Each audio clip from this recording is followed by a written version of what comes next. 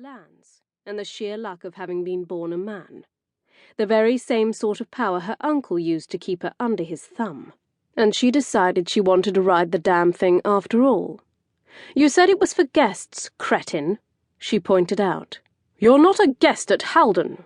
She let go, and stepped back, completely stunned by 6 words that meant more to her than he could possibly know.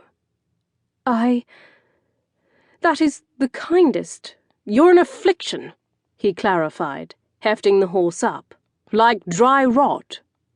She lunged and grabbed hold of the seat with both hands. A brief tugging match ensued. Whit was stronger, of course, but he couldn't very well put the horse from her tight grasp without possibly doing her an injury.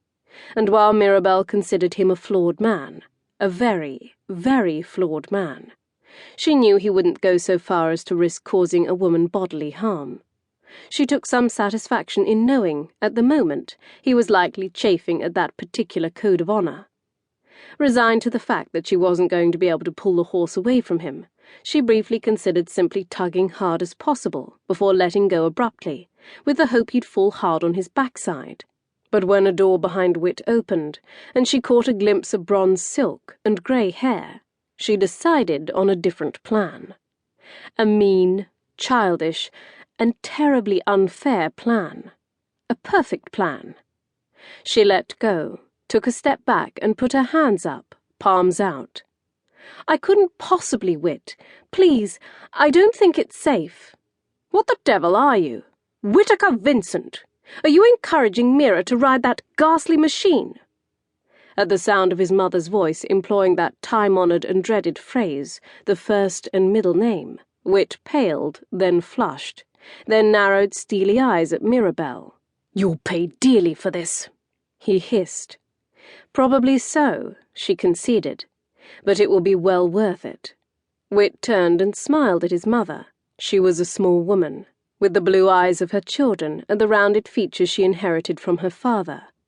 Demurely dressed, rosy-cheeked and soft of voice, she often reminded people of a kindly aunt or younger version of their dear grandmamma. It was a misleading impression Lady Thurston had long ago learned to use to her full advantage. Whit swallowed hard. "Of course not. Are you insinuating I am old?" Lady Thurston inquired. Confused, wary, Whit fell back on charm. "You are the picture of youth, mother." "Very prettily put. But are you certain? Nothing wrong with my hearing, then? My eyesight?" There was a pause as he recognized the trap, and then another as he realized there was nothing he could do but walk into it. Mirabelle was hard-pressed not to laugh out loud.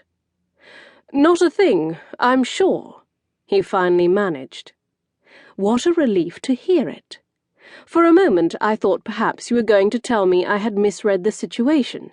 That can happen, you know, as one ages, and the senses begin to dull. Very confusing, I imagine." "I imagine," Whit muttered. "Well, now we've cleared up that misunderstanding, give your apologies to Mira, Whit, and put that thing away. I'll not have one of my guests breaking open his head." Mirabelle, feeling immensely pleased with Lady Thurston just then, poked her head around Whit's shoulder. "What if Miss Willery should care for a ride?" she inquired with an innocent expression. Lady Thurston appeared to ponder that for a moment. "No, head wounds bleed profusely, and I'm quite fond of my carpets." Mirabelle laughed and watched Lady Thurston leave in a whirl of bronze skirts. "I'm waiting, Whittaker Vincent." Whit spun around to face her. "For what?" he snapped. "My apology, of course." "Good. Keep waiting." She laughed and turned to leave, satisfied with the idea that he'd be glowering at her back until she was out of sight. She jolted when his hand caught her arm and spun her back around again. "Oh, we're not quite finished here, imp." "Walk away. Let it alone." Whit knew he ought to, but even as the small voice of reason urged him to do what he knew was best, the louder and infinitely more appealing voice of pride insisted he seek revenge. As a soft and seductive afterthought, it suggested he might as well enjoy it. Mirabelle wasn't the only person at Haldon Hall, labouring